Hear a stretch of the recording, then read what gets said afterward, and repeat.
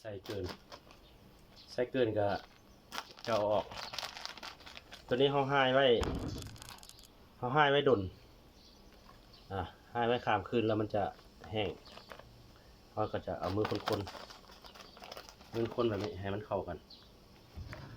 นี่ให้มันได้แบบนี้เขาก็จะมาเหยียบ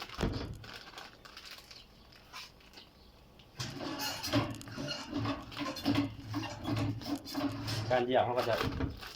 พอเหยียบลงแล้วก็ดึงปากธงขึ้นเพื่อไม่ให้มันย่อหรือว่าให้มันมีห้อยพับอยู่นี่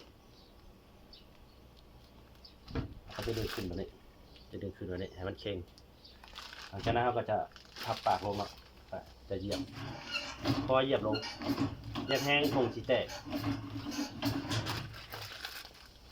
แล้วก็ดึงประมาณ3 เทื่อ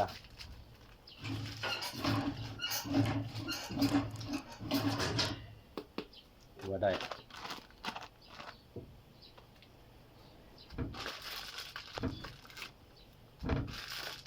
ครับเสร็จปอก